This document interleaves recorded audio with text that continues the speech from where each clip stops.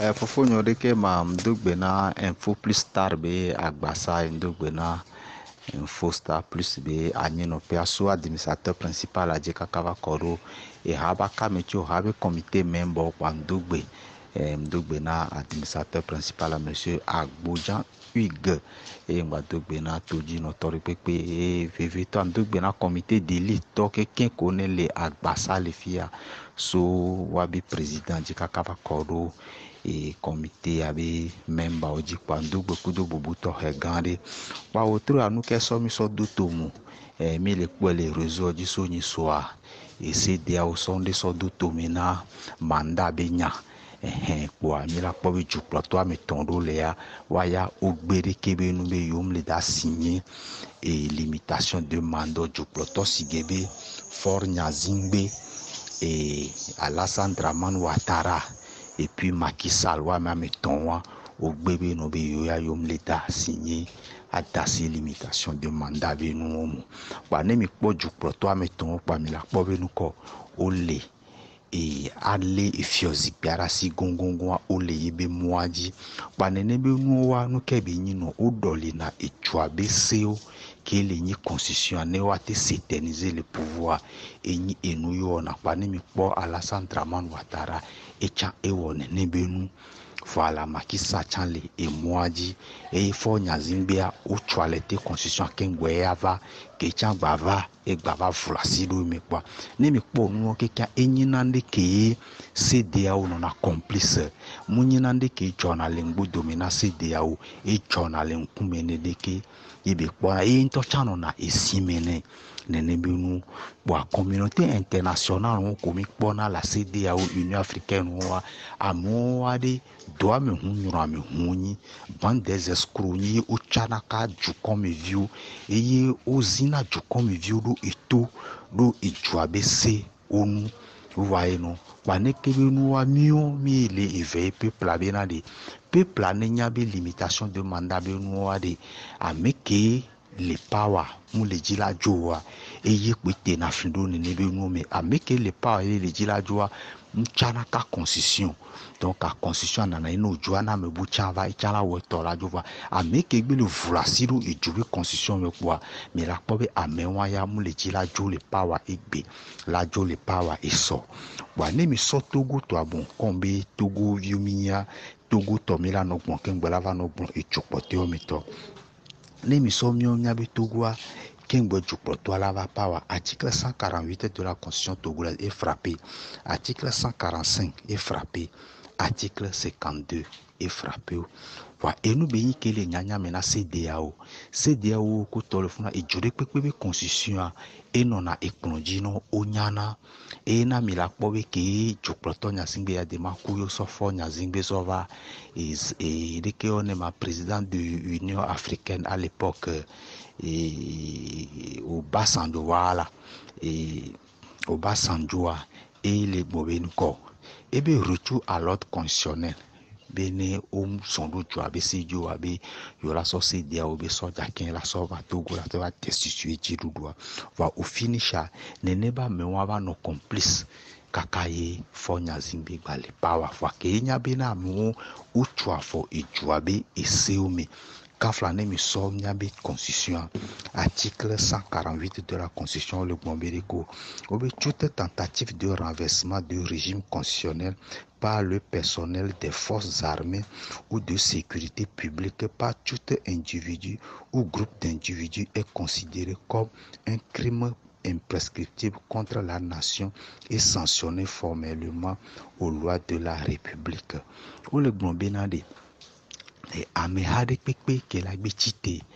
hasoso ɖe kpekpe ke gbe tsite gbe nyi gbadagbɔ be hasoso amegbalo be hasoso yo ye wogbe wɔ sebla ɖo edzoa dzi ye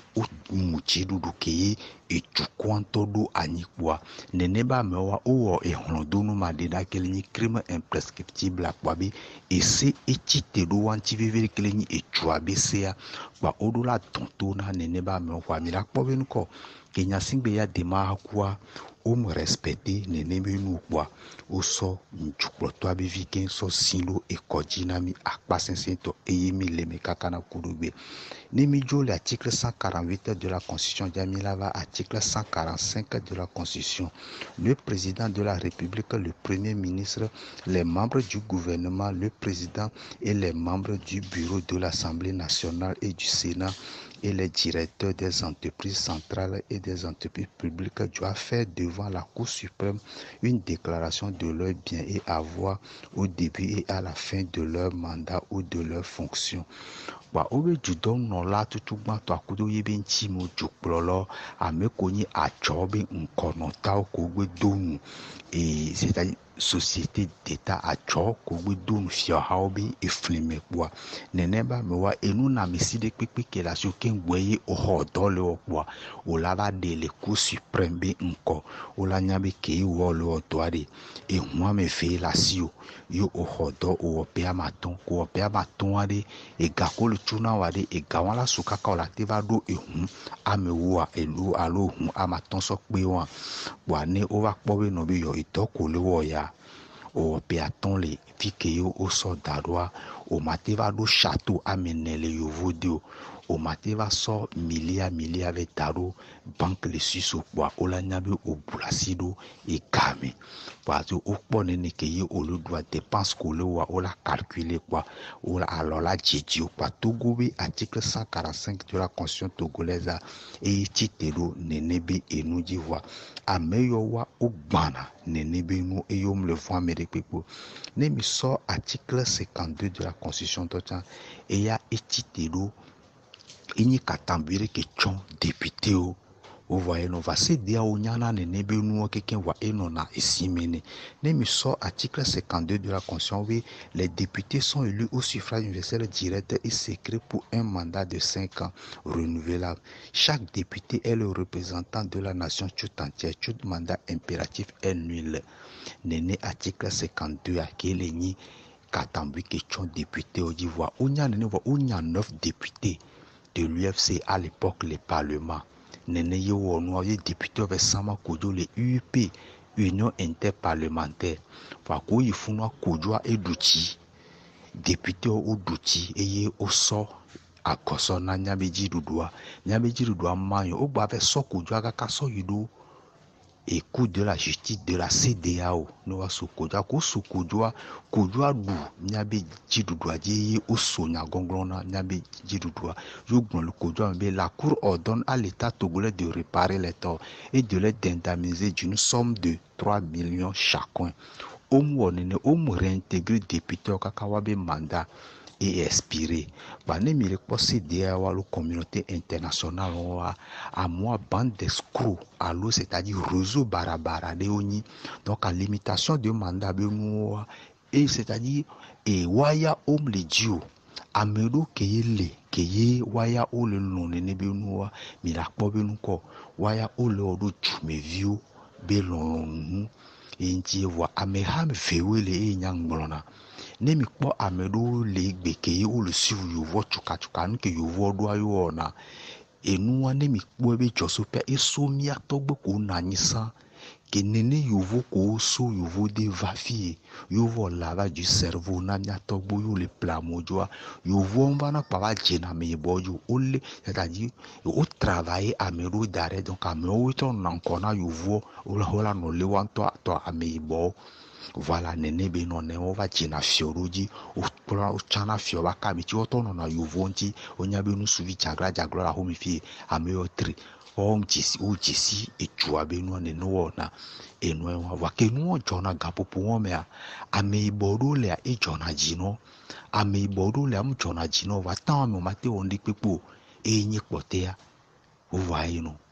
wa nene ba me ko yo von be nu chona jino wa tan be jiji mo lebe ke yi o contre na yovo be nu ko wona donc anene be nu no na tame na me kaka edo na spem me na mo so jina vi ena me do legbia o china te do yovo nji yovo be nu ko wona mchona jina wa ba me tafu mchona jina va ame ko ni le yovo be kote nu gbe ko yovo na yi mi atogbo ko ni cautionner na mi ra po be nu ko nene be nu edo a chan wa be spem me o so jide vi o de donc a devion we legbia eni jukploto enya me de koko kwa mi ra po yovo be nya gbo ya lona yovo mjena gone yo ne ame body wonde ye yovo de wia ila gbo ba me bo be nyamu nyo nchi yovo wiro voilà nene belia eya eyewa voyez no donc ame bo be nyam chona le agbo go yovo ko nene wa togbe ko na nyisan esprit wa no tameno voi ame ko china teru yovo tane akwa ame ko na nyi blema mesa yovo be nu ko na mchona jon to ka edo meno e contre na yovo wa nene ba me ochon le wa be vilo wa nyina chuklo to ke ye enu ke yovo doa eye o no na o ye uzina amekpeto po mi vilo anyigba ye amekpote o la no po asipeni voyez no nene enu ale wa pa nde pepe kele choa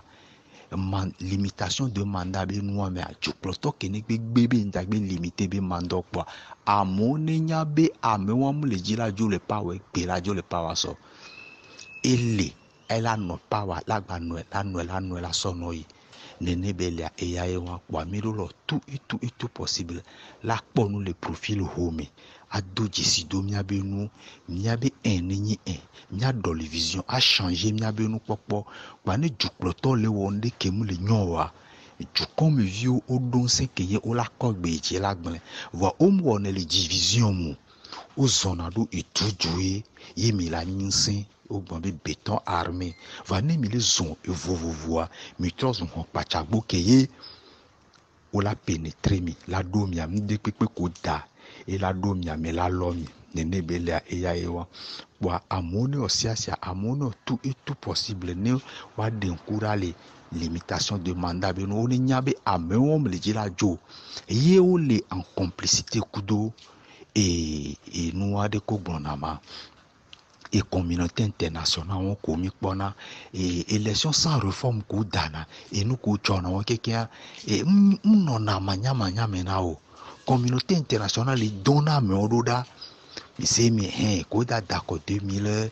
et 15 années mi général Sangaré yo don roda oubi de le général Sangaré lo est sorti passer rentrer par là bi se dia we don voir o nyabe no be o élection sans réforme yo li est-ce que élection sans réforme la te don opposition dia se dia on gbo no réforme king boni wa ya accordé et chan cautionné nene be nene ke 2020 o bayi élection sans réforme ye tu comme vieux au bayido nene ben me yemi bekpe afoku yemi balé et nous me kaka va kodo fifi vous voyez non ba amisa mene réveil en âme et en conscience miomi ba potole gben be sona ga ke mi tu quanto pa prendre des responsabilités ba miomi les filles amérique ndaba do mnami be enu ya fewe enu ya ngbawo enu ke nyona po jwa olanye déjà mis aux 32 ans de démocratie Mila non mature. Nous divi la home devi que de 32 ans et la somme. Donc à devi que de 32 ans, nous somme, nous nyande que ya mais la bateau ne bene odeke devi wa iguame. Déjà 32 ans de démocratie que miwa Mila non mature. Et nyasimbe kudofia olewo plus de 50 ans les étuadi. Plus de 50 ans les étuadi, 55 ans mais yo le sol les 5 ans puis il faut 2027 fichikwa jukloto kudo et fia ola 60 ans les power et toi 38 ans et fia alors 22 ans 38 plus 22 ça fait 60 change me les mimi de daho ba enu quelqu'un mi doit non mature il a pour nous kenner les joie et à lever quoi miomi ba poto le tie me ou nous ni mi so jukloto mettons les makisal les et Ouattara Akufo Nyasingbia, ni mi po jeune sénégalais, on m'a te comparé jeune sénégalais par rapport jeune togolais, on m'a te comparé jeune et ivoirien par rapport jeune togolais au lenko. Et activité le son, tu comme vieux comme le do, o les haya, o les geze, nous kenti et nous là non amion donc peuple a do la réveillé, mi la libéré mi mentalité, mi la comme mi sous mi la mi esprit la pour nous les profils home et moi et la domiadi boa ngbado akpena agbasa zereka ke kudo bubuto regande et ngbado akpena chargé du programme et mdogbe assistant technique kudo